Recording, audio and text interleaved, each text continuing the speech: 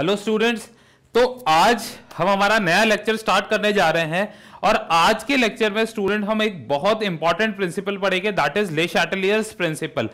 आपको याद होगा तो जब मैंने ये चैप्टर की स्टार्टिंग करी थी तो मैंने आपको बताया था कि ये जो चैप्टर है it deals with chemical equilibrium. और केमिकल इक्विलिब्रियम कब आता है? जब रिवर्सिबल रिएक्शन होती है, मतलब कुछ ऐसी रिएक्शन भी नेचर में मिलती हैं जो forward as well as backward both direction के अंदर चलती है।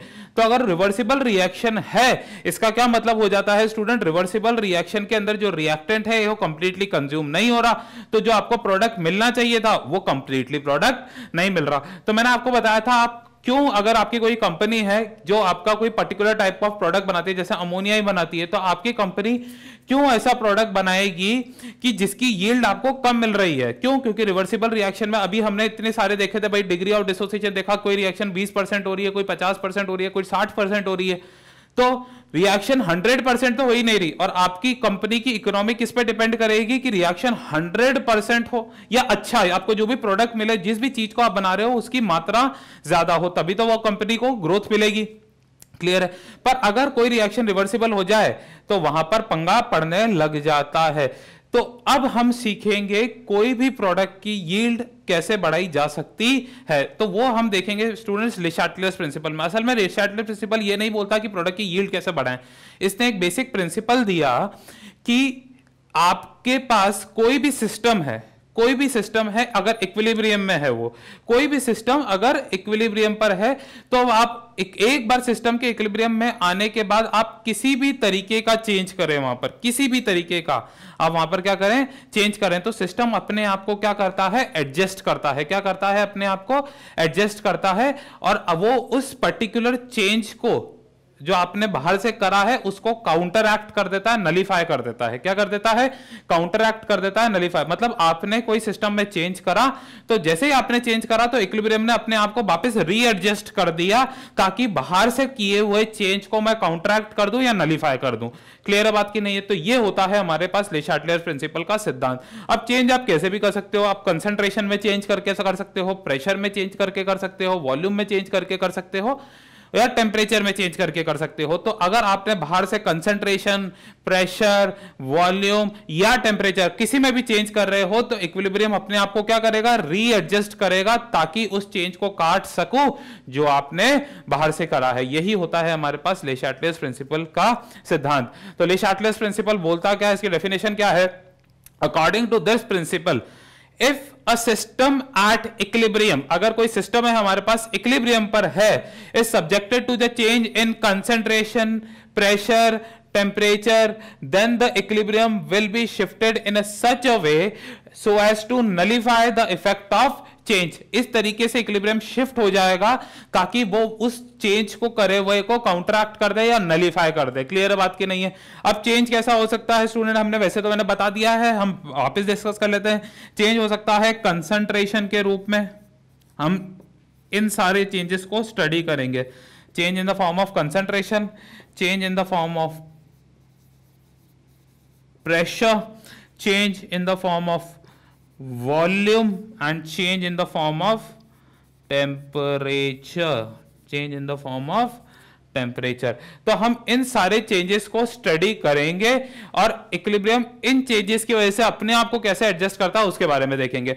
तो first of all we start with the first change, that is the change in concentration. तो हम सबसे पहले पॉइंट से चालू करते हैं, किसमें चेंज?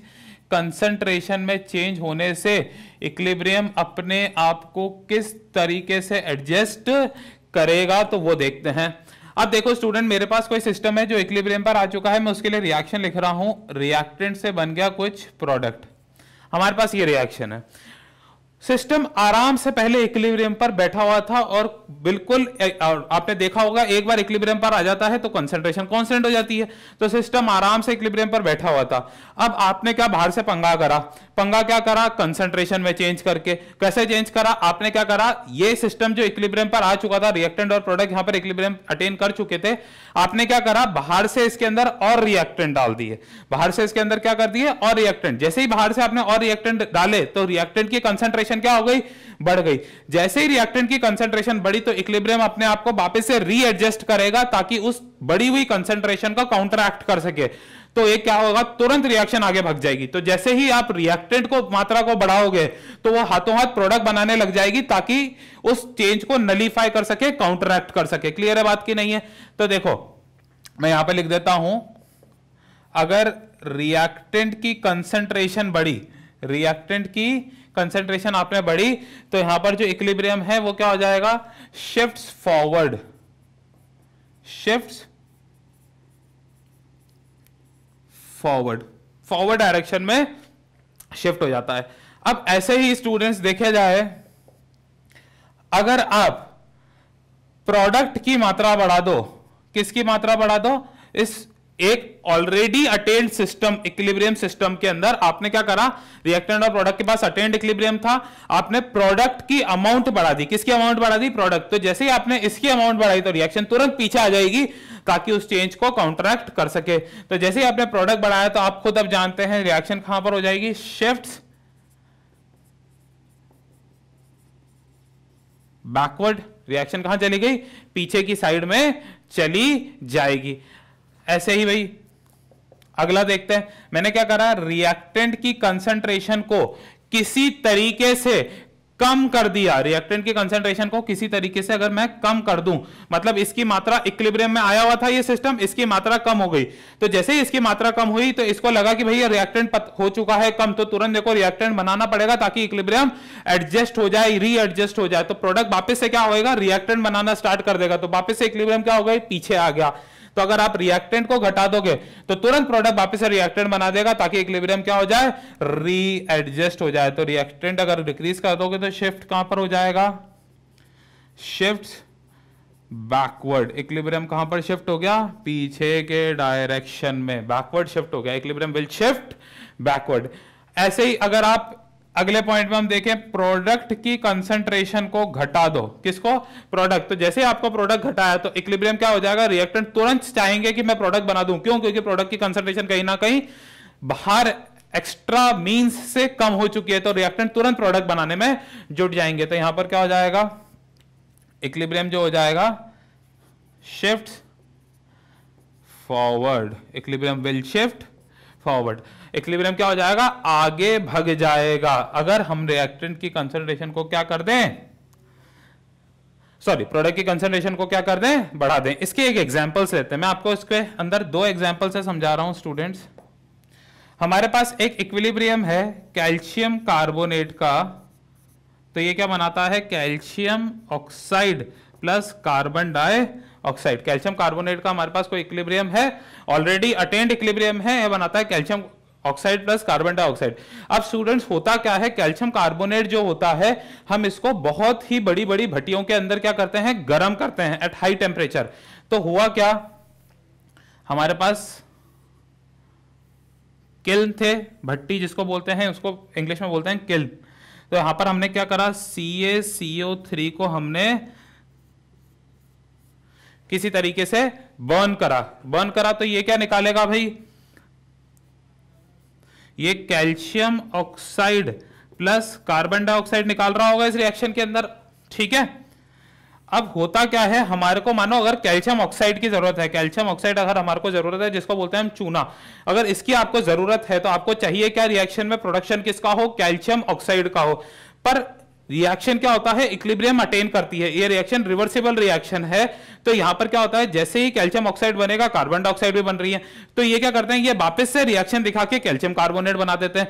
तो हम जिस अमाउंट में कैल्शियम ऑक्साइड को लेना चाह रहे थे वो कैल्शियम ऑक्साइड उस अमाउंट में हमारे को नहीं मिली। क्यों नहीं मिली, क्योंकि वो वापस से कार्बन डाइऑक्साइड के साथ रिएक्शन दिखा के कहीं ना कहीं कैल्शियम कार्बोनेट वापस से बना लेती है।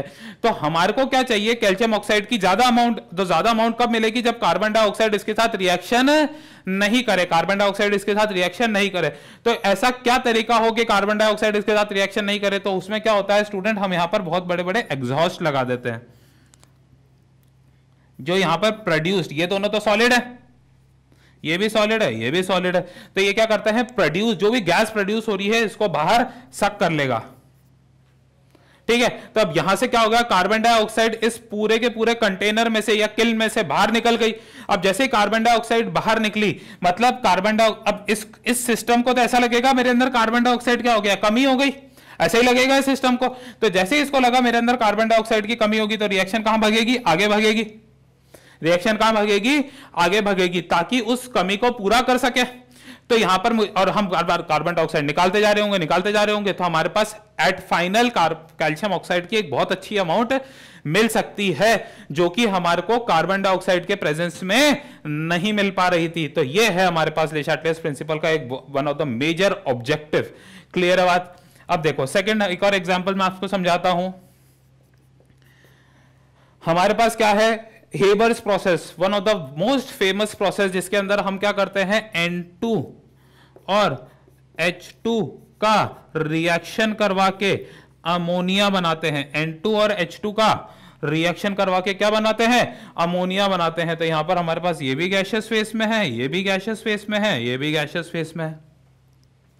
क्लियर है बात की नहीं है। अब देखो स्टूडेंट, ये एक कंटेनर में रिएक्शन चल रही थी,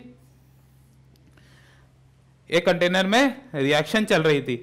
अगर हम इस केस में क्या होता है, हम इस रिएक्शन को हल्का सा भी मॉइस्चर दिखाएं, पानी हल्का सा भी दिखाएं, तो नाइट्रोजन पानी के साथ रिएक्शन नहीं दिखाती है, नाइट्रोजन रिएक्ट नहीं करेगी, हाइड्रोजन रिएक्ट नहीं करेगी। पर पानी में अमोनिया बहुत ज्यादा हाईली सोल्यूबल होती है, पानी में अमोनिया बहुत ज्यादा हाईली सोल्यूबल होती है। तो अगर यहां पर हल्का सा भी रिएक्शन में मॉइस्चर अगर आ गया या अगर पानी दिखा दिया इस रिएक्शन को, तो ये दोनों तो रिएक्शन नहीं दिखाएंगे। इसको पहले बैलेंस कर लेते हैं, ये 3H2 और ये 2NH3। तो यहां पर हल्का सा भी अगर रिएक्शन को पानी मिल जाएगा, तो अमोनिया क्या हो जाएगी, उसमें सोल्यूबल हो जाएगी। अगर अमोनिया पानी में सोल्यूबल होगी, तो इसकी कंसंट्रेशन क्या हो गई, घट गई, और कंसंट्रेशन घट गई तो रिएक्शन अपने आप भागेगी आगे। तो ये इसके दो one of the famous examples मैंने आपको इसमें बता दिए। तो कंसंट्रेशन का चेंज क्या हो जाएगा, जो भी आप चेंज करोगे रिएक्शन उल्टा काम कर देगी। रिएक्टेंट को बढ़ाओगे तो रिएक्शन प्रोडक्ट बना देगी, प्रोडक्ट को बढ़ाओगे तो रिएक्शन रिएक्टेंट बना देगी, रिएक्टेंट को कम करोगे तो रिएक्शन वापस से पीछे आके रिएक्टेंट और ज्यादा रिएक्टेंट बनाने की कोशिश करेगी, प्रोडक्ट को कम करोगे रिएक्शन आगे जाके और ज्यादा प्रोडक्ट बनाने की कोशिश करेगी। तो ये है हमारे पास चेंज ऑफ कंसंट्रेशन। किसका चेंज स्टूडेंट्स, कंसंट्रेशन के चेंज से इक्विलिब्रियम कैसे अफेक्ट होता है। इसको कॉपी कीजिए, फिर आगे इसके ऊपर कुछ बेस्ड क्वेश्चन देखते हैं affect of change in concentration के लिए। कॉपी कीजिए इसको। तो स्टूडेंट अब क्वेश्चन देखते हैं, हमारे पास चेंज इन कंसंट्रेशन का इक्विलिब्रियम पर क्या अफेक्ट होता है, उसके ऊपर बेस क्वेश्चन है। N2 + 3H2 gives 2NH3, हमारे पास रिएक्शन दे रखी है। अमाउंट ऑफ अमोनिया, अमोनिया की amount at equilibrium can be increased by, हमारे को क्या करनी है, अमोनिया की अमाउंट बढ़ानी है इक्विलिब्रियम पर। तो कैसे बढ़ाई जा सकती है, तो पहले रिएक्शन देखते हैं इसकी। भाई रिएक्शन क्या है, N2 + 3H2 gives 2NH3। अब देखो स्टूडेंट, हम पहले ऑप्शंस के बिना देखे ही अमोनिया की अमाउंट बढ़ाने की सोचते हैं कि कैसे बढ़ाया जा सकता है। भाई अमोनिया की अमाउंट कब बढ़ाई जा सकती है, तो N2 को बढ़ा दो तो रिएक्शन अपने आप आगे बढ़ेगी, H2 को बढ़ा दो तो रिएक्शन आगे बढ़ेगी, अमोनिया को घटा दो तो भी रिएक्शन आगे बढ़ेगी। तो हमारे पास तीन केस है, या तो N2 बढ़ा दो, या H2 बढ़ा दो, या अमोनिया घटा दो। अब देखते हैं ऑप्शंस में आपको क्या बोला है, N2 को घटा दो। N2 को घटाया तो रिएक्शन बेटा पीछे आने लग जाती है, तो अगर रिएक्शन पीछे आ जाएगी तो अमोनिया की यील्ड बढ़ेगी कैसे या अमाउंट बढ़ेगी कैसे, तो ये तो करेक्ट ऑप्शन नहीं है। अगला ऑप्शन H2 को बढ़ा दो, क्या है अगला ऑप्शन, H2 को बढ़ा दो। हाँ बिल्कुल सही है, अगर H2 को बढ़ा देंगे तो रिएक्शन क्या हो जाएगी, आगे भाग जाएगी, और आगे भागेगी तो अमोनिया की मात्रा बढ़ेगी। ये तो बात सही है। अगला option A and B both, भाई बी तो है ए नहीं है, तो ये गलत। और fourth option is none of the above, तो नन ऑफ द अबव है ही नहीं भाई बी ऑप्शन आंसर हमारा सही है। तो सही करेक्ट आंसर क्या हो जाएगा, H2 की कंसंट्रेशन को बढ़ा दो तो रिएक्शन क्या हो जाएगी, आगे भग जाएगी। अगर मैं इसको बढ़ा देता हूं, किसको, H2 की कंसंट्रेशन को हम बढ़ा देंगे तो रिएक्शन कहां जाएगी, आगे फॉरवर्ड डायरेक्शन में चल जाएगी और कहीं ना कहीं अमोनिया बनाने लग जाएगी। क्वेश्चन देखते हैं अगला। हमारे पास रिएक्शन दे रखी है 2HI gives H2 + I2। मेरे को बोला है DOD, degree of dissociation of HI can be increased by, DOD मतलब अल्फा को बढ़ाना है। अल्फा कब बढ़ेगा, जब रिएक्शन हमारे पास रिएक्टेंट ज्यादा टूटेंगे या कम टूटेंगे, बिल्कुल जब रिएक्टेंट ज्यादा टूटेंगे तो अल्फा भी ज्यादा होएगा। तो देखते हैं क्या कंडीशन हो सकती है, पहले रिएक्शन लिखते हैं। हमारे पास रिएक्शन क्या है, 2HI gives H2 plus I2, 2HI gives H2 plus I2। अब देखो रिएक्शन में अगर स्टूडेंट हमारे को क्या करना है, डीओडी बढ़ाना है। अगर मतलब डीओडी बढ़ाने का क्या मतलब हो गया, अल्फा बढ़ाना, और अल्फा बढ़ा रहे हो तो रिएक्शन क्या जाएगी, आप बताओ, खुद सोचो। अल्फा बढ़ा रहे हो मतलब ज्यादा रिएक्टेंट टूट रहे हैं, और ज्यादा टूटेंगे मतलब ज्यादा प्रोडक्ट बनेगा। मतलब अगर आप अल्फा को बढ़ा दोगे तो प्रोडक्ट ज्यादा मिलेगा। तो अगर आप अल्फा बढ़ाओगे तो प्रोडक्ट की कंसेंट्रेशन भी क्या हो जाएगी, बढ़ जाएगी। तो मेरे से बोला है DoD of HI can be increased by, मतलब रिएक्शन को कहां पर भेजना है मुझे, फॉरवर्ड भेजना है। कहां पर भेजना है, फॉरवर्ड रिएक्शन को भेजना है। तो अब मेरे को अगर फॉरवर्ड रिएक्शन को भेजना है तो मेरी अपने आप डीओडी बढ़ जाएगी। अब केस देख लेते हैं, रिएक्शन को फॉरवर्ड भेजने के लिए या तो मैं HI की कंसेंट्रेशन को बढ़ा दूं, या H2 को घटा दूं, या I2 को घटा दूं। यही तीन केस बन सकते हैं, या तो इसको बढ़ा दो तो रिएक्शन आगे बढ़ेगी, H2 को घटा दो तो रिएक्शन आगे भागी, और I2 को घटा दो तो रिएक्शन आगे भागी। अब देखते हैं, हमारे पास तीन कंडीशंस दे रखी है। इन्होंने बोला है H2 को घटा दो, बात सही है बिल्कुल। H2 को घटा देंगे तो रिएक्शन अपने आप आगे दौड़ेगी। अगर हम H2 को घटा देंगे तो रिएक्शन क्या हो जाएगी, आगे भागेगी। अगला बोला है I2 को बढ़ा दो, I2 को यहां पर कर दीजिए, I2 को घटा दो, I2 को डिक्रीज कर दो। अगर I2 डिक्रीज हो जाएगा तो भी रिएक्शन क्या हो जाएगी स्टूडेंट्स, आगे ही भगेगी। या HI को बढ़ा दो, HI को बढ़ा देंगे, इसको बढ़ा दोगे तो भी रिएक्शन आगे ही जाएगी। तो हमारे पास H2 को घटा दो, I2 को घटा दो, या HI को बढ़ा दो, तो all of the above answer चले जाएगा। क्लियर है बात। अगला क्वेश्चन देखते हैं। हमारे पास अगला क्वेश्चन है CaCO3 gives CaO plus CO2, DOD of CaCO3 can be decreased bye. हमसे क्या बोला है, CaCO3 की डिग्री ऑफ डिसोसिएशन कम करनी है। मतलब क्या करना है, अल्फा को कम करना है। किसको कम करना है स्टूडेंट, अल्फा को कम। अगर अल्फा कम हुआ मतलब रिएक्टेंट अब क्या हो रहे होंगे, कम टूट रहे होंगे या ज्यादा टूट रहे होंगे, बिल्कुल। अब रिएक्टेंट क्या है, कम टूट रहे हैं। मतलब कम टूट रहे हैं मतलब प्रोडक्ट के अंदर ज्यादा कन्वर्ट नहीं हो रहे, ज्यादा प्रोडक्ट में कन्वर्ट नहीं हो रहे, वो एक बहुत मिनिमम अमाउंट या कुछ छोटी मोटी अमाउंट प्रोडक्ट में कन्वर्ट हो रही होगी। मतलब रिएक्टेंट की मात्रा अब क्या है, रिएक्शन में ज्यादा होगी। मतलब रिएक्टेंट की कंसंट्रेशन रिएक्शन में क्या होगी, ज्यादा होगी। मतलब जो रिएक्शन की, अगर रिएक्टेंट ज्यादा है तो रिएक्शन क्या हो जाएगा, पीछे बैकवर्ड आ जाएगी। क्या आ जाएगी, बैकवर्ड आ जाएगी। मतलब हमारे को ये पर्टिकुलर रिएक्शन जो दे रखी है that is CaCO3 solid gives CaO solid plus CO2 gas. इसके अंदर क्या है, अल्फा को कम करना है। अल्फा कम कब होएगा, जब ये रिएक्टेंट की मात्रा, मतलब रिएक्शन क्या हो रहा है, आ रही होगी, पीछे आ रही होगी, तभी अल्फा कम हो सकता है। अब रिएक्शन को पीछे आने का एक ही तरीका है स्टूडेंट, कार्बन डाइऑक्साइड की कंसंट्रेशन को बढ़ा दो। क्यों, ये दोनों तो सॉलिड है तो इनका तो कोई फायदा, कोई मतलब हमारे पास इनको चेंज करने से कोई फायदा हमारे को नहीं मिलेगा। तो कार्बन डाइऑक्साइड की मात्रा को बढ़ा दोगे तो इसकी मात्रा अगर बढ़ी तो रिएक्शन तुरंत क्या आ जाएगी, पीछे आ जाएगी। तो option C will be our correct option. ठीक है, तो इसको कॉपी कीजिए। तो अब हम देखते हैं स्टूडेंट हमारा next part, that is pressure के अंदर चेंज करने से हमारा इक्विलिब्रियम किस तरीके से अफेक्ट होता है और वो अपने आप को कैसे चेंज करता है।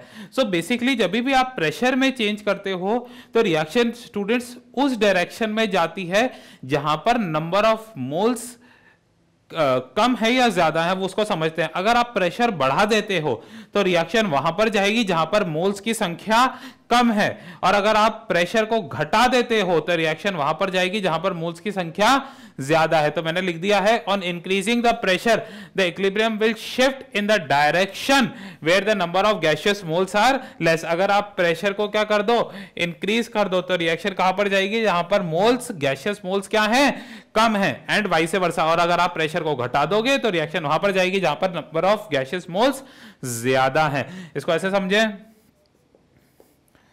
भाई, A gives B plus सी। ए क्या बना रहा है हमारे पास, बी प्लस सी, और सबका फेस कैसा है, गैशियस फेस है। कैसा फेस है, गैशियस फेस है।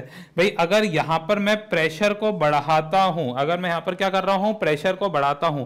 अब देखो स्टूडेंट, यहां पर कितने मोल्स हैं, यहां पर अगर मैं देखूं तो यहां पर टोटल मोल्स इधर इस साइड है हमारे पास 2, और यहां पर टोटल मोल है इस साइड हमारे पास 1। तो जैसे ही आप प्रेशर बढ़ाओगे तो रिएक्शन कहां पर जाती है, जहां पर गैशियस मोल कम है, मतलब रिएक्शन क्या हो जाएगी, पीछे आने लग जाएगी। क्या हो जाएगी, बैकवर्ड फेवर होने लग जाएगी इस पर्टिकुलर रिएक्शन के लिए। तो रिएक्शन आ जाएगी बैकवर्ड। इस रिएक्शन के लिए ही लिखना है ये बैकवर्ड। दूसरी हो सकता है किसी रिएक्शन के अंदर यहां पर मोल ज्यादा हो, मतलब हो सकता है यहां पर मानो 3 मोल्स हैं, तो यहां पर क्या हो जाएगा 3 मोल, यहां पर 2 हो जाएगा 2 मोल, तो रिएक्शन आगे चली जाएगी। तो वो आपको अपने हिसाब से एडजस्ट करना है। तो मैंने आपको इस पर्टिकुलर रिएक्शन के लिए ही बोला है, अगर इस रिएक्शन के लिए देखूंगा तो प्रेशर बढ़ाऊंगा तो रिएक्शन क्या आ जाएगी, बैकवर्ड, और प्रेशर घटाऊंगा तो रिएक्शन वहां पर जाएगी जहां पर मोल्स की संख्या ज्यादा है, मतलब रिएक्शन चली गई forward.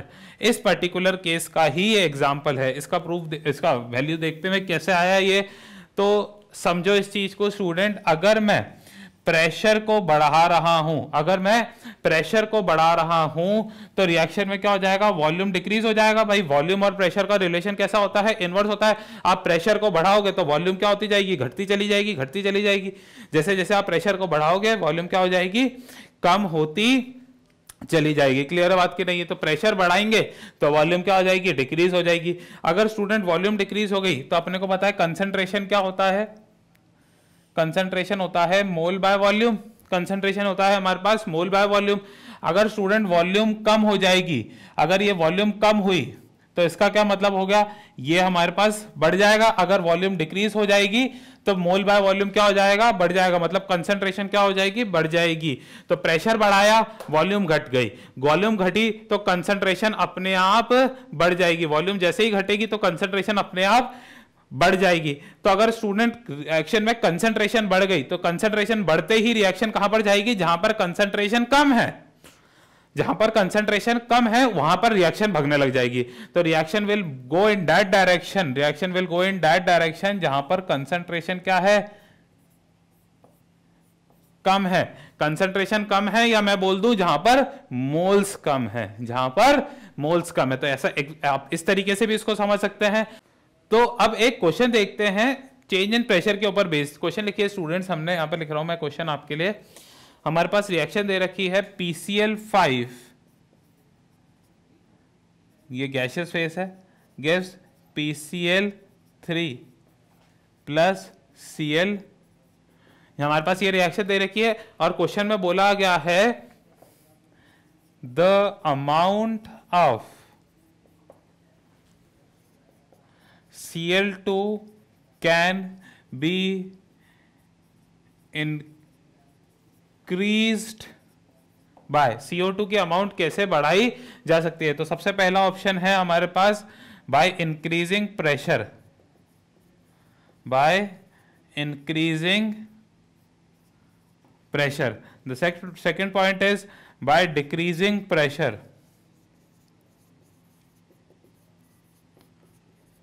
The third point is by increasing concentration of PCl5, and the fourth point both 1 and 3, both 1 and 3। तो देखो भाई हमारे पास रिएक्शन दे रखी है PCl5 के Cl3 प्लस Cl2। मेरे को बोला है क्लोरीन की कंसंट्रेशन कैसे या अमाउंट कैसे बढ़ाई जाए। तो फर्स्ट पॉइंट दे रखा है बाय इंक्रीजिंग प्रेशर। अगर स्टूडेंट्स में प्रेशर को बढ़ा देता हूं, अगर मैं प्रेशर को बढ़ा देता हूं तो प्रेशर बढ़ेगी तो रिएक्शन कहां पर जाती है, जहां पर मोल कम है। प्रेशर बढ़ने से रिएक्शन कहां पर जाती है, जहां पर नंबर ऑफ मोल्स क्या हो, कम हो। तो अगर मैं प्रेशर बढ़ाऊंगा तो रिएक्शन देखो यहां पर कितने मोल हैं, यहां पर है हमारे पास टोटल देखा जाए तो 1 मोल है, और यहां पर इन दोनों का कंबाइंड मोल देखे जाए तो यहां पर हमारे पास 2 मोल है। तो जैसे ही मैं प्रेशर बढ़ाऊंगा तो रिएक्शन कहां पर जाएगी, जहां पर मोल्स कम है। तो मोल्स इधर कम है तो रिएक्शन पीछे आने लग गई। तो बाय इंक्रीजिंग प्रेशर तो PCl5 की अमाउंट बढ़ेगी और Cl2 क्या हो जाएगा, घट जाएगा। पर क्वेश्चन में बोला गया है कि Cl2 को बढ़ाना है, तो ये ऑप्शन सही नहीं है। ठीक है, बाय डिक्रीज, यहां पर इसको 2 and 3 कर लीजिए, by decreasing pressure, by decreasing pressure. अगर मैंने प्रेशर को घटाया तो प्रेशर घटाएंगे तो रिएक्शन कहां पर जाएगी, जहां पर नंबर ऑफ मोल्स ज्यादा हैं, वाइस वर्सा यहां पर लिख रखा है मैंने। तो अगर आप प्रेशर घटाओगे तो रिएक्शन कहां जाएगी, जहां पर नंबर ऑफ मोल्स ज्यादा हैं। तो यहां पर 1 मोल है और यहां पर 2 मोल है, तो रिएक्शन क्या जाएगी, वो आगे भागने लग जाएगी जहां पर नंबर ऑफ मोल्स क्या है, ज्यादा है। तो जैसे ही आप प्रेशर घटाओगे तो रिएक्शन PCl3 और Cl2 बढ़ाएगी, मतलब Cl2 की अमाउंट बढ़ेगी, मतलब ये वाला ऑप्शन बिल्कुल सही ऑप्शन है। अगला पॉइंट देखते हैं, by increasing the concentration of PCl5। अगर मैं रिएक्शन में PCl5 डालूंगा तो रिएक्शन अपने आप आगे भाग जाएगी। तो यहां पर ये भी पॉइंट सही है, मतलब the correct option will be option number 4, option number 4, that is both 2 and 3। आप प्रेशर को घटा के भी रिएक्शन को आगे भेज सकते हो या Cl2 की मात्रा बढ़ा सकते हो, और PCl5 की कंसंट्रेशन को बढ़ा के भी हम आगे भेज सकते हैं। तो मैंने यहां पर pressure as well as concentration दोनों के चेंज को आपको इस क्वेश्चन में समझा दिया है। तो इसको कॉपी कीजिए, फिर और क्वेश्चन देखते हैं। क्वेश्चन देखते हैं स्टूडेंट्स, क्वेश्चन है हमारे पास N2 + 3H2 gives 2NH3, हमारे पास रिएक्शन दे रखी है और बोला गया है the amount at equilibrium can be decreased bye, किसकी, द अमाउंट ऑफ अमोनिया। हमारे को अमोनिया की अमाउंट इक्विलिब्रियम पर अगर कम करनी है तो क्या मेथड हो सकते हैं। आप खुद सोचो, अगर इसकी मात्रा कम करनी है तो मतलब रिएक्शन क्या हो रही है, फॉरवर्ड नहीं जा रही होगी, बैकवर्ड जा रही होगी। क्यों, क्योंकि इसकी अमाउंट क्या होती जा रही है, कम होती जा रही है। मतलब रिएक्शन क्या हो रही होगी, हमारे पास इसकी अमाउंट कम करनी है, मतलब रिएक्शन कैसी फेवर्ड होगी, बैकवर्ड फेवर्ड होगी, तभी ये चीज पॉसिबल है। अगर अमोनिया की अमाउंट हमारे पास कम करनी है मतलब रिएक्शन क्या है, बैकवर्ड फेवर्ड है। ठीक है, देखते हैं भाई, N2 को आप बढ़ाओगे तो कंसंट्रेशन ऑफ नाइट्रोजन बढ़ेगी, तो नाइट्रोजन के बढ़ने से अमोनिया बढ़ जाएगा, वो ले शैटलियर प्रिंसिपल के अकॉर्डिंग क्या हो जाएगी, आगे शिफ्ट हो जाएगी। तो ये तो हमारे पास गलत हो जाएगा। हाइड्रोजन की कंसंट्रेशन को घटा दोगे तो रिएक्शन की कंसंट्रेशन को घटाओगे तो रिएक्शन क्या हो जाएगी, पीछे जाएगी, मतलब यहां पर अमोनिया खत्म होते जाएगा, मतलब डिक्रीज हो जाएगा। तो ये सही है। अगला, प्रेशर को बढ़ा दोगे, अगर आप प्रेशर को बढ़ा दोगे तो रिएक्शन देखो कहां पर जाती है, जहां पर नंबर ऑफ मोल्स कम होते हैं। तो प्रेशर बढ़ाओगे तो देखो यहां पर अगर देखूं स्टूडेंट्स में, यहां पर है हमारे पास 4 मोल और यहां पर है हमारे पास 2 मोल। अगर हमारे पास रिएक्शन में प्रेशर बढ़ाएंगे तो रिएक्शन कहां जाएगी, जहां पर नंबर ऑफ मोल्स कम है। तो रिएक्शन क्या भागेगी, आगे भागना चाहेगी। तो आगे भागेगी तो अमोनिया की मात्रा बढ़ेगी, पर क्वेश्चन में बोला है अमोनिया को घटाना है, तो ये भी सही नहीं है। अगला पॉइंट है, प्रेशर को घटा दो, प्रेशर घटाएंगे तो रिएक्शन कहां पर जाएगी, जहां पर नंबर ऑफ मोल्स क्या होंगे, नंबर ऑफ मोल्स ज्यादा होंगे। प्रेशर घटाएंगे तो रिएक्शन वहां पर जाती है जहां पर नंबर ऑफ मोल्स ज्यादा होते हैं, तो रिएक्शन क्या जाएगी, पीछे जाएगी, मतलब अमोनिया कम हो जाएगा। ये पॉइंट भी सही है। क्लियर है बात की नहीं, तो बहुत बेसिक तरीके से आप इसको भी देख सकते हो। अगला, PCl3 + Cl2 gives PCl5, हमारे को रिएक्शन में दे रखा है। If the total pressure of the system is decrease, अगर टोटल प्रेशर क्या हो गया है, कम हो गया है, टोटल प्रेशर क्या हो गया है, कम हो गया है। तो इस रिएक्शन में अगर प्रेशर घट जाएगा तो रिएक्शन कहां पर जाएगी, जहां पर नंबर ऑफ मोल्स ज्यादा है, नंबर ऑफ मोल्स ज्यादा है। तो नंबर ऑफ मोल्स देखो भाई, यहां पर देखा जाए तो यहां पर कितने, टोटल 2 मोल है और यहां पर कितना है, टोटल 1 मोल है। तो यहां पर मैंने प्रेशर को क्या करा है, कम करा है। तो रिएक्शन कहां पर गई, जहां पर नंबर ऑफ मोल्स क्या होंगे, ज्यादा होंगे। मतलब रिएक्शन को सोचो, फॉरवर्ड जाएगी या बैकवर्ड जाएगी, नंबर ऑफ मोल्स ज्यादा बैकवर्ड डायरेक्शन में है तो रिएक्शन इस डायरेक्शन में चली जाएगी। और अगर रिएक्शन इस डायरेक्शन में जा रही है तो हमारे पास एक तो क्या हो जाएगा, PCl3 की कंसंट्रेशन बढ़ी है, बात सही है। Cl2 घटेगा नहीं, Cl2 भी बढ़ेगा, तो ये गलत है। PCl5 बढ़ेगा, भाई रिएक्शन पीछे जा रही है तो PCl5 तो कम होते जाएगा, तो ये बात भी गलत है। अगला पॉइंट दे रखा है अल्फा, मतलब DOD of PCl3 increases. DOD बढ़ने का मतलब होता है रिएक्शन, मतलब बच्चों की है ना, रिएक्शन क्या हो रही है, टूट के प्रोडक्ट बना रही है। DOD का बढ़ने का मतलब ये होता है। तो अगर यहां पर DOD PCl3 का बढ़ रहा है तो रिएक्शन कहां जानी चाहिए थी, आगे जानी चाहिए थी, पर प्रेशर डिक्रीज करके हमारा रिएक्शन का डायरेक्शन कौन सा है, बैकवर्ड डायरेक्शन है। तो रिएक्शन में ये बात भी गलत हो जाएगी। आपको अगला पॉइंट दे रखा है अल्फा या DOD of Cl2 will decrease, बात सही है। जब रिएक्शन पीछे जाएगी तो यहां पर इसके टूटने की रेट क्या हो जाएगी, टूटना कम हो जाएगा।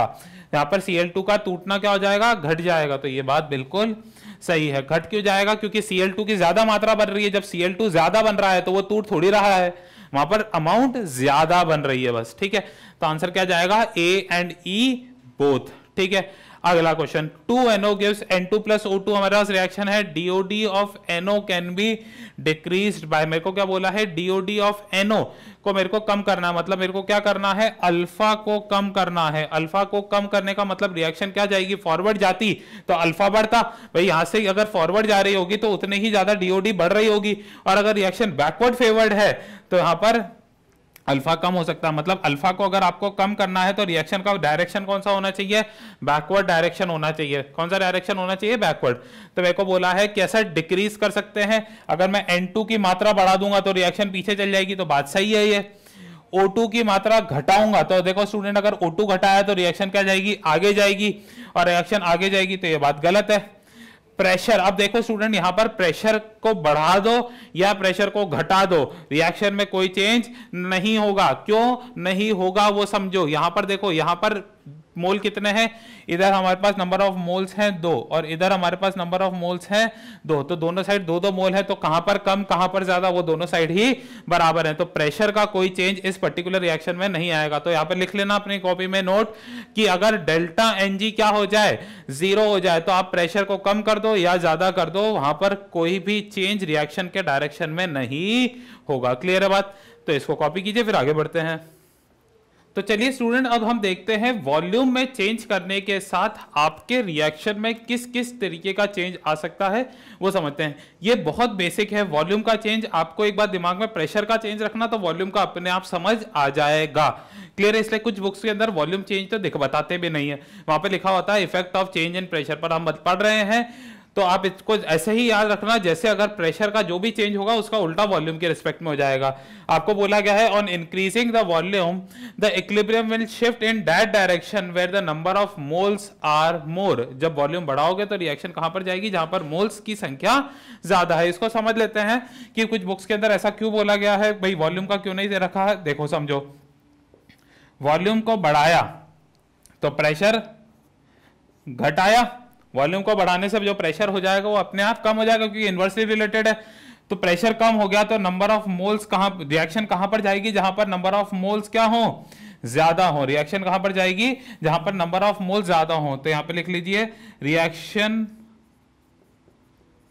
अगर प्रेशर कम होएगा तो क्या हो जाएगा, reaction will move in direction where gaseous moles are more, where gaseous moles are more। तो जब वॉल्यूम बढ़ाओगे तो प्रेशर कम, और प्रेशर कम होता ही तो रिएक्शन को आपको पता है कहां पर जाती है, जहां पर गैशियस मोल्स क्या है, ज्यादा। तो प्रेशर कम करते हैं यहां तो रिएक्शन जाती है जहां पर गैशियस मोल्स ज्यादा है। तो वॉल्यूम के साथ कैसा चेंज आ जाएगा, वॉल्यूम बढ़ाओगे तो रिएक्शन कहां पर जाएगी, जहां पर मोल्स की संख्या ज्यादा है, और प्रेशर बढ़ाओगे तो रिएक्शन कहां पर जाएगी, जहां पर मोल्स की संख्या कम है। ठीक है। इसको आप वापस एक दूसरा पॉइंट भी लिख लीजिए, अगर वॉल्यूम को घटाओगे तो प्रेशर क्या हो जाएगा, बढ़ जाएगा, प्रेशर विल इंक्रीज। तो रिएक्शन कहां पर जाएगी, reaction will move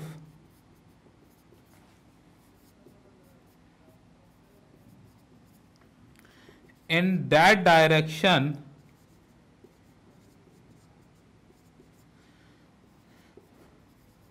where gaseous moles are less। जहां पर गैशियस मोल्स क्या है, कम है, उस डायरेक्शन के अंदर रिएक्शन भग जाती है। तो वॉल्यूम बढ़ाओगे घटाओगे तो रिएक्शन कहां जाएगी, जहां पर मोल्स की संख्या कम है। तो आप प्रेशर के हिसाब से देख सकते हो। ठीक है। अब हम देखते हैं बहुत अगला हमारा इंटरेस्टिंग पॉइंट है, that is change in temperature. Change in temperature को समझने के लिए कुछ भी नहीं है, आपको बहुत बेसिक कॉमन सेंस होना चाहिए।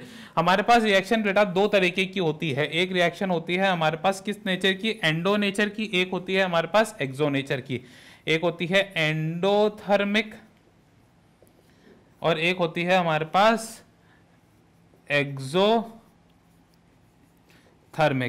अब आप खुद सोचो, एक रिएक्शन है वो क्या बना रही है, ए से कुछ प्रोडक्ट बना रही है, मैंने बोला B+C, सबका फेस गैशियस है, सबका फेस क्या है, गैशियस फेस है। क्लियर है बात की नहीं है। अब अगर बेटा इसका डेल्टा H आपको पॉजिटिव दे रखा है, क्या दे रखा है, पॉजिटिव। डेल्टा H क्या दे रखा है, यहां पर हमारे को क्वेश्चन में दे रखा है पॉजिटिव।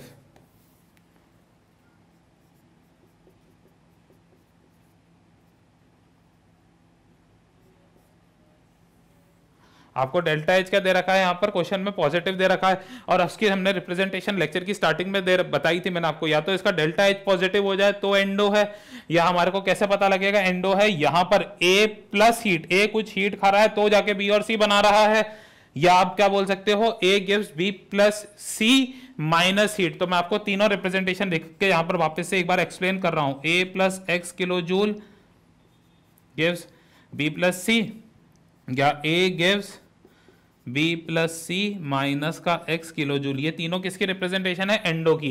एंडोथर्मिक आप जानते हो रिएक्शन वो होती है जिसको हीट की ज्यादा जरूरत होती है, जिसको क्या होती है, हीट की जरूरत होती है। तो आप अगर एंडोथर्मिक रिएक्शन में टेम्परेचर को बढ़ाओगे, एंडो रिएक्शन में टेम्परेचर को बढ़ाओगे तो रिएक्शन क्या हो जाएगी, खुश हो जाएगी, जो उसको चाहिए था वो मिल चुका है। तो जैसे ही आपने एंडो रिएक्शन में टेम्परेचर बढ़ाया तो रिएक्शन उस डायरेक्शन में चली जाएगी, मतलब किस डायरेक्शन में, फॉरवर्ड डायरेक्शन में चली जाएगी। क्लियर है बात की नहीं, क्योंकि रिएक्शन क्या हो जाएगी, खुश हो जाएगी, उसको हीट की जरूरत थी, आपने टेम्परेचर दे दिया उसको। तो जैसे ही टेम्परेचर बढ़ाओगे तो रिएक्शन क्या हो जाएगी, फॉरवर्ड डायरेक्शन में भग जाएगी। तो ऑन इंक्रीजिंग टेम्परेचर रिएक्शन आगे भग जाती है, कहां पर, फॉरवर्ड डायरेक्शन में। अब बात करते हैं एक्सोथर्मिक की। एक्सोथर्मिक का रिप्रेजेंटेशन क्या होता है, ए से बी बन गया हमारे पास, डेल्टा एच इसका है कोई नेगेटिव, या तो कोई ये बोल दे, या इसको इस तरीके से लिख सकते हैं भाई, ए से बी बन गया, साथ में कुछ अमाउंट ऑफ हीट निकल गई, ये भी एक्सोथर्मिक का है, या एक्स किलो जूल इधर आ जाएगा तो ए माइनस एक्स किलो जूल क्या बना देगा, बी। तो ये तीनों रिप्रेजेंटेशन वापस से एक्सोथर्मिक क्या हो गए। अब क्या होगा, एक्सोथर्मिक वो रिएक्शन होती है जिसको हीट की जरूरत नहीं होती है, मतलब ये क्या करती है, हीट तो रिलीज अपने में से निकाल देती है, इसको आप बाहर से हीट क्यों दोगे, जब ये अपने आप में से हीट निकाल देगी। तो आप इसको अगर टेम्परेचर बढ़ेगा रिएक्शन तो ये हो जाएगी, नाराज हो जाएगी, तो रिएक्शन अपने आप बैकवर्ड डायरेक्शन में फेवर होने लग जाती है, कहां पर, बैकवर्ड। तो ऑन इंक्रीजिंग टेम्परेचर रिएक्शन कहां गई, बैकवर्ड आ गई। तो यहां पर लिखा है फॉर एंडोथर्मिक रिएक्शन, जब टेम्परेचर बढ़ाओगे equilibrium will shift in forward direction and vice versa, और for exothermic reaction on increasing temperature the reaction will shift in backward direction and vice versa. अगर एंडो को टेम्परेचर दोगे तो आगे भागेगी, और एक्सो को टेम्परेचर दोगे तो पीछे भागेगी। एंडो से तुमने टेम्परेचर छीन लिया, एंडो के अंदर तुमने टेम्परेचर कम कर दिया तो रिएक्शन क्या हो जाएगी, देखो एंडोथर्मिक था, उसको टेम्परेचर की जरूरत थी, तुमने उससे टेम्परेचर छीन लिया तो रिएक्शन हो जाएगी नाराज और आ जाएगी पीछे। और ऐसे ही एक्सोथर्मिक है, उसको टेम्परेचर कम कर दिया, उसका टेम्परेचर मतलब तुमने उसके अंदर से हीट निकाल दिया, टेम्परेचर कम कर दिया तो रिएक्शन खुश हो जाएगी और भग जाएगी आगे। क्लियर है बात की नहीं है। तो हमारे पास ये रहता है केस एंडो या एक्सो का। तो यहां पर एक बहुत कॉमन सेंस वाली चीज है, जब भी आप कोई भी पर्टिकुलर रिएक्शन में, कोई भी रिएक्शन हो, आप अगर वहां पर टेम्परेचर बढ़ा रहे हो तो रिएक्शन वहां पर जाएगी जहां पर ओवरऑल हीट यूटिलाइज हो सके। तो ऑन इंक्रीज, नोट लिख लीजिएगा अपनी कॉपी में, on increasing the temperature the reaction will move in that direction in which the heat can be utilized. उस डायरेक्शन में चली जाएगी जहां पर हमारे पास हीट क्या हो सके, यूटिलाइज हो सके। अब देखो, आपको मैंने जब स्टार्टिंग करी थी हमने चैप्टर की, तो एंडो एक्सो का हमने डिफरेंशिएशन करा था, डिफरेंस क्या होता है वो देखा था। तो अब खुद सोचो, अगर मैंने लिखवाया था अगर फॉरवर्ड रिएक्शन एक्सो है तो बैकवर्ड अपने आप क्या हो जाती है, एंडो हो जाती है। तो टेम्परेचर बढ़ाओगे तो रिएक्शन हमारे पास इस केस में कहां जा रही है, पीछे जा रही है। क्यों, क्योंकि बैकवर्ड रिएक्शन एंडो है, क्योंकि ये फॉरवर्ड एक्सो है तो बैकवर्ड एंडो हो जाएगी। तो पीछे वाली रिएक्शन को हीट की जरूरत थी तो रिएक्शन पीछे भाग गई। तो नोट लिख लेना, if temperature is increase the reaction will move in that direction where the heat can be utilize. मैं आपको भी यहाँ पर लिख भी देता हूं, पहले इसको कॉपी कीजिए। तो वही नोट लिख लीजिए students, if the temperature of the system is increase the reaction will proceed in that direction where the heat can be used. उस डायरेक्शन में जाती है जहां पर हीट को यूज करा जा सकता है। अब हम क्वेश्चन देखते हैं, हमारे पास क्वेश्चन है, रिएक्शन है A plus B give C plus D. ये रिएक्शन दे रखी है, आपको बोला गया है हाई प्रेशर और लो टेम्परेचर से रिएक्शन कहां जा रही है, फॉरवर्ड डायरेक्शन में जा रही है। तो बताना है इनमें से क्या चीज सही है, हाई प्रेशर और लो टेम्परेचर से रिएक्शन आ रही है हमारे पास फॉरवर्ड। ये दोनों ही क्वेश्चन स्टूडेंट्स बहुत अच्छे क्वेश्चन है। अगर आपने ये दोनों क्वेश्चन को समझ लिया तो मान के चलिए ले शाटलियर्स प्रिंसिपल आपको आधा से ज्यादा आ चुका है। तो बोला गया है high pressure and low temperature से रिएक्शन कहां पर जाती है, फॉरवर्ड। तो आपको बताना है इनमें से क्या चीज सही है। सबसे पहले तो हम खुद क्वेश्चन को डिकोड करते हैं।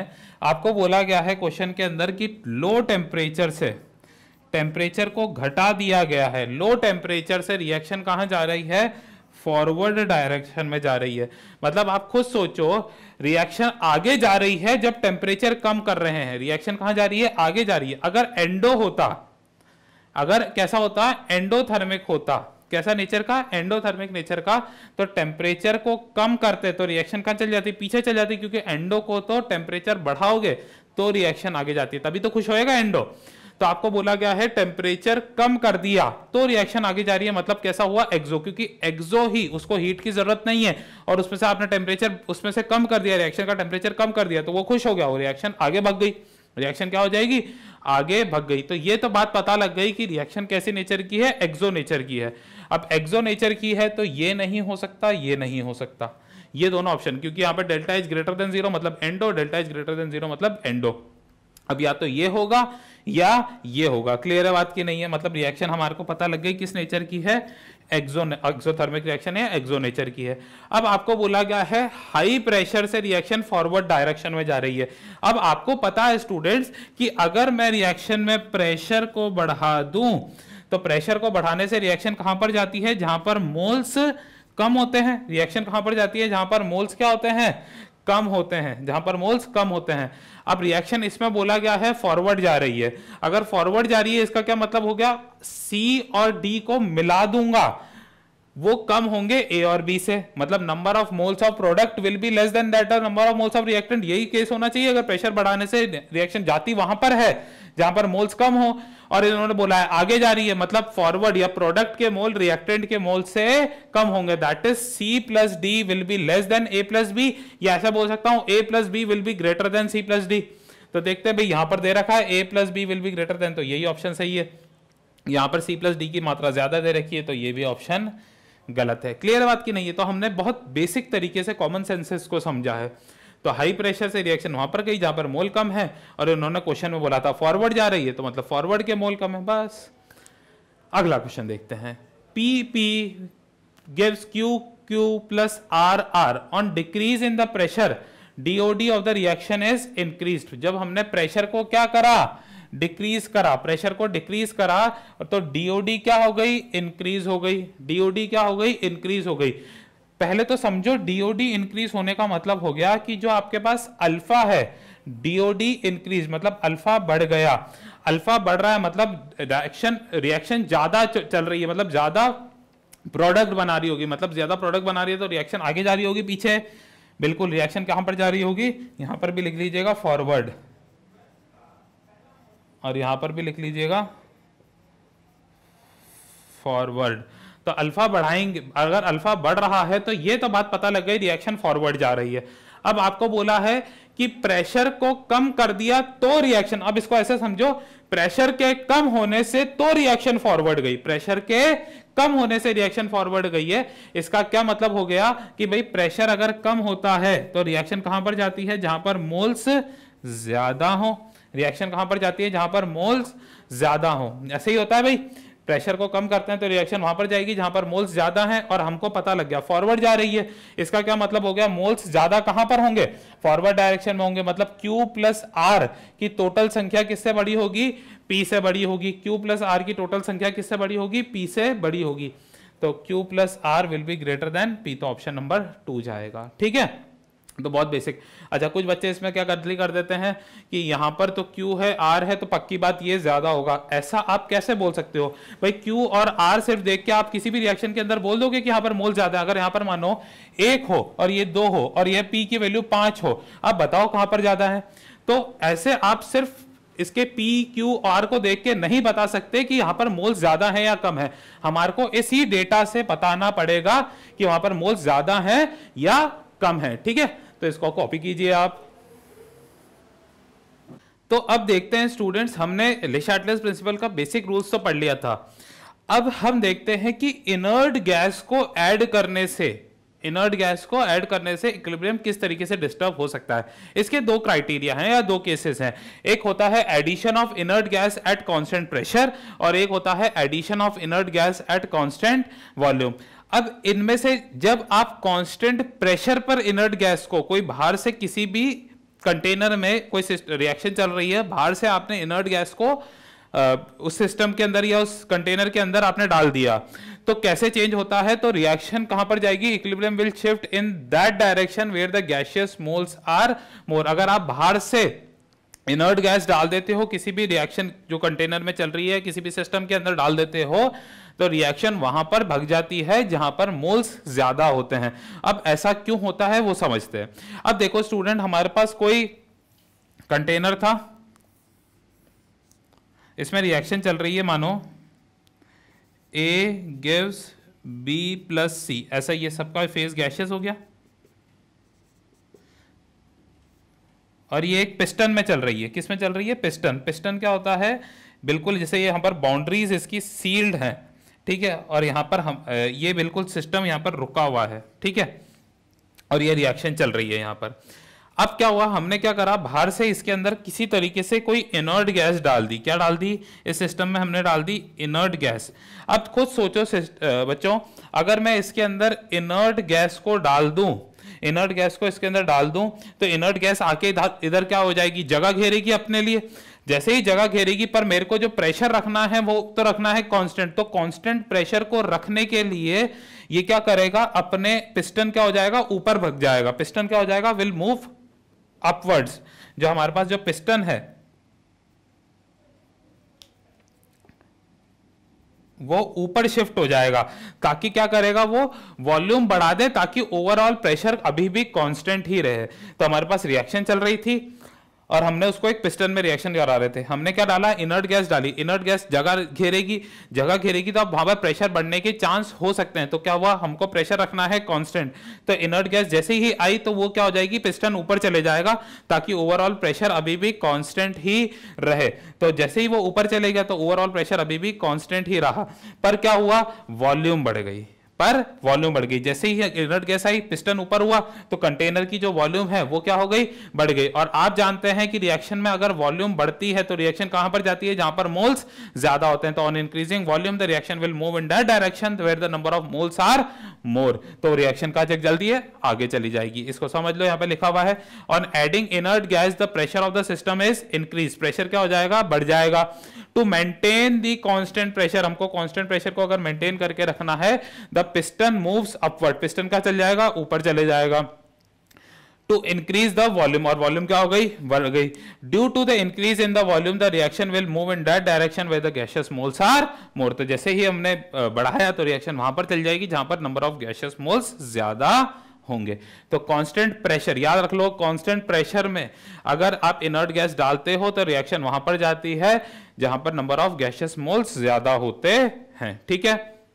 अगला देखते हैं एट कांस्टेंट वॉल्यूम। अब कांस्टेंट वॉल्यूम पे अगर आप इनर्ट गैस डाल दो तो रिएक्शन में कोई चेंज नहीं होता, वहां पर कोई भी चेंज नहीं आएगा। तो लिख लीजिए there will be no effect on equilibrium on addition of inert gas at constant volume. अगर आप इनर्ट गैस को कांस्टेंट वॉल्यूम पे डाल रहे हो तो वहां पर कोई चेंज नहीं आता। अब इसको समझते हैं ऐसा क्यों होता है। देखो बेटा, अगर मैंने कांस्टेंट वॉल्यूम पर बाहर से कोई इनर्ट गैस को डाला तो वॉल्यूम तो कांस्टेंट है, तो वॉल्यूम में चेंज नहीं हुआ, तो वॉल्यूम की वजह से तो वहां पर रिएक्शन में ना आगे जा रही है ना पीछे जा रही है। क्यों? क्योंकि मैंने वॉल्यूम को फिक्स करके रख दिया है। तो पहला पॉइंट पढ़ते हैं, due to the addition of inert gas the moles of the individual substance do not change. हमारे पास जब हम बाहर से इनर्ट गैस डालते हैं तो एक एक पर्टिकुलर इंडिविजुअल सब्सटेंस के जो मोल्स हैं वो चेंज नहीं होते। जब क्योंकि आपने क्या डाला है, कोई रिएक्शन चल रही है, वापस से अगर कोई सिस्टम है रिएक्शन चल रही है A give B plus C, तो बाहर से अगर आप इनर्ट गैस डाल रहे हो तो इनके मोल थोड़ी चेंज हो रहे हैं, वो तो इनर्ट गैस आ रही है तो वो बात अलग है। तो A B और C के मोल्स तो अभी भी वही हैं जो इनर्ट गैस डालने से पहले थे। तो moles of the individual substance does not change. In this case the volume must be constant, so there will be no effect. तो मोल्स भी चेंज नहीं हुए और वॉल्यूम कांस्टेंट बनाए रखने, तो वॉल्यूम उसकी वजह से भी कोई चेंज नहीं आया। अब हम देखते हैं due to the addition of inert gas the total moles change. यहां पर तो बात बनती है, जब A, B और C के तो मोल्स चेंज नहीं हुए इनर्ट गैस डालने से, पर इनर्ट गैस अगर इसमें आ गई तो जो टोटल मोल्स है, मानो हो सकता है कि इसको डालने से पहले इसके टोटल मोल 50 थे, इनर्ट गैस के मैंने 15 मोल डाल दिए तो 65 मोल्स हो गए, तो टोटल मोल्स तो चेंज हो चुके हैं। तो अगर हम इनर्ट गैस को डालते हैं तो टोटल मोल्स चेंज हो गए, और अगर स्टूडेंट टोटल मोल्स चेंज हो गए तो टोटल प्रेशर भी चेंज हो जाएगा। टोटल मोल्स चेंज हो गए तो टोटल प्रेशर भी चेंज हो जाता है। तो अपन को पता है पार्शियल प्रेशर होता है moles, mole fraction into total pressure बोल लो, या moles by total mole into total pressure बोल दो। यहां तक क्लियर है? तो यहां पर समझते हैं पहले, due to the addition of inert gas total moles changes, जो टोटल मोल्स हैं वो क्या हो गए, चेंज हो गए, as well as the total pressure also changes. पर total pressure over total moles constant रहता है। कैसे? अपन को होता है पार्शियल प्रेशर होता है moles over total moles into total pressure. तो ये जो चीज है स्टूडेंट्स, ये कांस्टेंट रहती है। ये क्या रहती है? कांस्टेंट रहती है। और एक पर्टिकुलर इंडिविजुअल के मोल्स भी कांस्टेंट है। एक पर्टिकुलर, हमने इसके मोल्स थोड़ी कम ज्यादा कर दिए, तो एक पर्टिकुलर इंडिविजुअल के मोल्स भी कांस्टेंट है। तो वहां पर क्या हो जाएगा, पार्शियल प्रेशर रिमेन्स कांस्टेंट जो पहले था, hence there will be no effect. तो अगर हम कांस्टेंट वॉल्यूम पर देख रहे हैं तो वहां पर सिस्टम में कोई भी इफेक्ट नहीं आएगा। क्लियर है बात? तो आप इसको कॉपी कीजिए, फिर आगे बढ़ते हैं। अब स्टूडेंट हम देखते हैं फिजिकल इक्विलिब्रियम के बारे में। अब फिजिकल इक्विलिब्रियम होता क्या है? तो सबसे पहली बात तो फिजिकल इक्विलिब्रियम क्या होता है, ऐसा इक्विलिब्रियम जहां पर केमिकल प्रॉपर्टीज में कोई चेंज नहीं आता, बस फिजिकल प्रॉपर्टीज के अंदर चेंज आएगा। क्लियर है बात की नहीं है? तो वो होता है फिजिकल इक्विलिब्रियम। अब यहां पर टेम्परेचर और प्रेशर को आप कम ज्यादा करने से रिएक्शन किस तरीके से डिस्टर्ब होती है और वो अपने आप को किस तरीके से एडजस्ट करती है, हम उसके बारे में सीखेंगे। तो सबसे पहली बात, फिजिकल इक्विलिब्रियम होता क्या है? तो physical equilibrium is the equilibrium in which there is no change in the chemical properties but the physical state changes. कहां पर केमिकल प्रॉपर्टीज में कोई चेंज नहीं है, फिजिकल स्टेट चेंज है। सबसे पहला देखते हैं इफेक्ट ऑफ टेम्परेचर। बहुत बेसिक तरीके से, मैं आपको कोई डेफिनेशन नहीं लिखवा रहा, बहुत बेसिक कॉमन सेंस के तरीके से आप इसको समझो। भाई आपको दे रखा है, अगर मानो आपके पास सॉलिड है, तो सॉलिड से अगर आपको लिक्विड पहुंचाना है, सॉलिड से क्या करना है, लिक्विड स्टेट में पहुंचाना है, तो आपको यहां पर खुद सोचो टेम्परेचर बढ़ाना पड़ेगा या घटाना पड़ेगा। अगर आपको सॉलिड से लिक्विड जाना है तो टेम्परेचर क्या होगा, बढ़ेगा। बहुत बेसिक कॉमन सेंस है। लिक्विड से अगर गैस जाना है तो टेम्परेचर क्या करोगे, बढ़ाओगे। भाई लिक्विड को गैसियस फेस में रखोगे तो टेम्परेचर क्या हो जाएगा, बढ़ेगा। गैस को लिक्विड करना है तो टेम्परेचर को बढ़ाओगे तो गैस लिक्विड कैसे हो जाएगी, तो टेम्परेचर को घटाना पड़ेगा, टेम्परेचर विल डिक्रीज। और ऐसे ही लिक्विड से अगर सॉलिड जाना है तो टेम्परेचर विल डिक्रीज। मतलब सॉलिड से लिक्विड कैसा रिएक्शन होगा, एंडो रिएक्शन। कैसी रिएक्शन होगी, एंडो। डेल्टा एच क्या होगा इसका, पॉजिटिव। लिक्विड से गैस जाना है तो डेल्टा एच क्या होगा इसका, पॉजिटिव। गैस से लिक्विड जाना है तो यहां पर इसका डेल्टा एच हो जाएगा नेगेटिव, और लिक्विड से सॉलिड जाना है तो यहां पर डेल्टा एच क्या हो जाएगा, नेगेटिव। क्लियर है बात की नहीं है? तो ये होता है हमारा इफेक्ट ऑफ टेम्परेचर। तो बहुत बेसिक तरीके से आप खुद सोच लेना, किसी भी सॉलिड से लिक्विड में करोगे तो आपको टेम्परेचर देना पड़ेगा, तभी जा सकते हो। लिक्विड से गैस जाना है तो भी टेम्परेचर देना पड़ेगा, तभी हो सकता है चीज पॉसिबल। तो ये बहुत कॉमन सेंस वाली चीज है, हमने कोई डेफिनेशन नहीं लिखी, हमने कोई रॉकेट साइंस नहीं देखी। यहां पर ये बस देख लेना कि टेम्परेचर के साथ फिजिकल इक्विलिब्रियम में कैसे चेंज आता है। देखो केमिकल प्रॉपर्टीज में कोई चेंज नहीं आया, बस क्या हुआ, स्टेट चेंज हो गई। सॉलिड से लिक्विड हो गया, लिक्विड से गैस हो गया, या गैस से सॉलिड या लिक्विड हो चुका है, इस तरीके से चेंज आता है। अब दूसरा वाला जो पॉइंट है, पैरामीटर है, that is effect of pressure. ये सोचने वाली बात है। तो हम देखते हैं भाई effect of pressure. Effect of pressure कहां पर, ऑन फिजिकल इक्विलिब्रियम। यहां पर लिख लीजिए ऑन फिजिकल इक्विलिब्रियम। अब ये भी बहुत कॉमन सेंस है, पर इस पे एक पॉइंट मैं आपको लिख के दिखा, एक डेफिनेशन भी है मैं आपको बताऊंगा। अब कॉमन सेंस से पहले इस चीज को खत्म करने की कोशिश करते हैं। हमारे पास तीन फेस हैं, एक होता है सॉलिड फेस,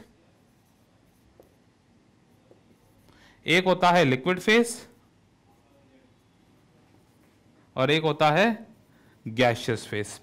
अब आप खुद सोच के बेटा बताओ, सॉलिड, लिक्विड और गैस में से किस चीज में पार्टिकल्स दूर दूर हैं और किस में पार्टिकल पास पास है। तो आपको पता है जो सॉलिड होता है उसमें जो पार्टिकल्स होते हैं वो बहुत ज्यादा पास पास पास पास होते हैं, ऐसा ही होता है। सॉलिड के केस में जो पार्टिकल होते हैं वो बहुत ज्यादा पास होते हैं, ठीक है ना। लिक्विड के केस में जो पार्टिकल्स होते हैं हमारे पास दूर होते हैं, और सॉलिड गैसियस के केस में और ज्यादा दूर हो जाएंगे पार्टिकल्स। क्लियर है बात की नहीं है? तो पार्टिकल यहां पर बहुत ज्यादा पास है। लिक्विड के केस में जो पार्टिकल्स हैं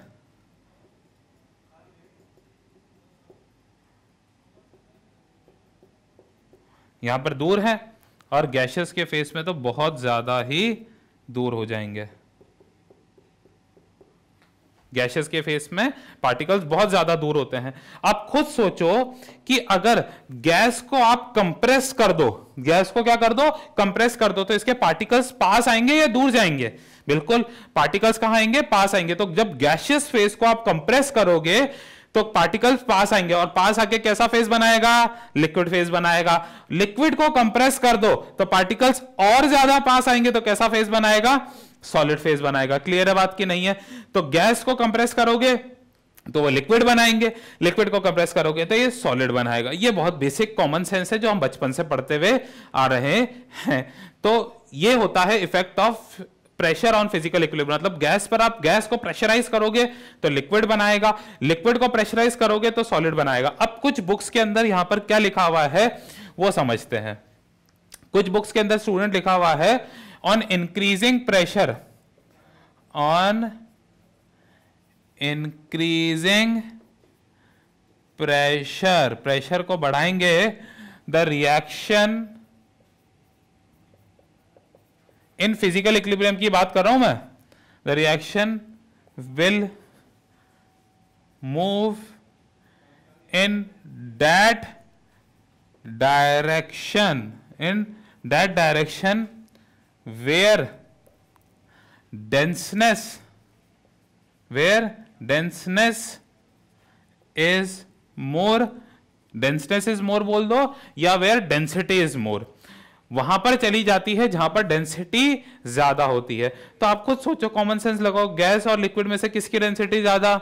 बिल्कुल लिक्विड की। तो गैस को कंप्रेस करोगे तो डेंसिटी ज्यादा लिक्विड की, तो लिक्विड बन जाएगा। लिक्विड को कंप्रेस करोगे तो उसकी उससे ज्यादा डेंसिटी सॉलिड की, तो सॉलिड बन जाएगा। तो ये चीज लिखी हुई है हमने, पर इसको बेसिक कॉमन सेंस से सॉल्व कर लिया है। अब इसका एक एग्जांपल देखते हैं। हमारे पास वाटर है, या ऐसा करो आइस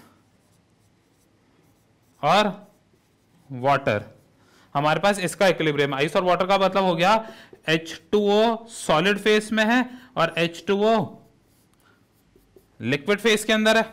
अब खुद सोचो, अगर मैं यहां पर प्रेशर को अप्लाई करूंगा, मतलब मैं प्रेशर बढ़ाऊंगा, यहां पर क्या कर रहा हूं मैं? प्रेशर को बढ़ा रहा हूं, तो रिएक्शन क्या बनाएगी? आइस बनाएगी या वाटर बनाएगी? क्या बनाएगी? आइस या वाटर। तो अगर आप सोच रहे हो कि रिएक्शन बना रही है आइस, तो आप बिल्कुल गलत सोच रहे हो।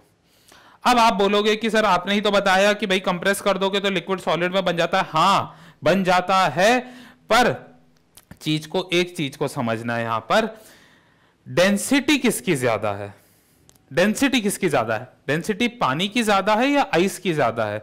डेंसिटी बेटा यहां पर पानी की ज्यादा है, ना कि आइस की। इसीलिए तो आइस पानी पे फ्लोट करती है। क्यों? क्योंकि उसकी डेंसिटी पानी से कम होती है। और मैंने लिखा है the reaction will move in that direction where denseness is more. बस इसी एग्जांपल की वजह से हम ये डेफिनेशन पढ़ रहे हैं यहां पर, इसी एग्जांपल की वजह से यहां पर मैं ये डेफिनेशन बता रहा हूं, नहीं तो मैं बताता भी नहीं डेफिनेशन। तो where denseness is more, the reaction will move in that direction where denseness is more. तो यहां पर बच्चों को लगता है वाटर और आइस में से भी आइस ज्यादा डेंस है, जो कि बिल्कुल गलत है। असल में आइस कम डेंस होता है वाटर से, तभी वो पानी पर फ्लोट करता है।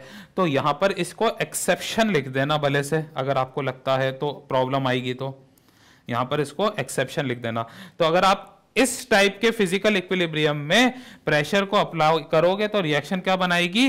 Reaction will produce that thing which has more density, और मोर डेंसिटी है वाटर की, ना कि आइस की। तो रिएक्शन विल प्रोड्यूस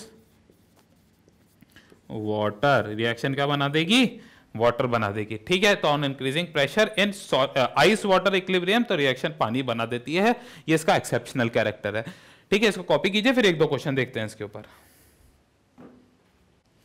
तो क्वेश्चन लिखिए स्टूडेंट्स, आपको क्वेश्चन दे रखा है कार्बन डायमंड से बन रहा है कार्बन ग्रेफाइट। अब ये सबसे पहली बात तो ये देख के हमको पता लग रहा है ये एक फिजिकल इक्विलिब्रियम है। क्यों? क्योंकि सिर्फ स्टेट में चेंज आ रहा है, कार्बन डायमंड और कार्बन ग्रेफाइट में चेंज हो रहा है। ठीक है, तो इसका एक फिजिकल इक्विलिब्रियम है, हमारे पास डेल्टा एच दे रखा है इसका -1.9 किलो जूल। इसका क्या मतलब हो गया, ये जो रिएक्शन है कैसे नेचर की होगी, एक्सो नेचर की होगी। कैसे नेचर की होगी ये रिएक्शन, एक्सो नेचर की होगी।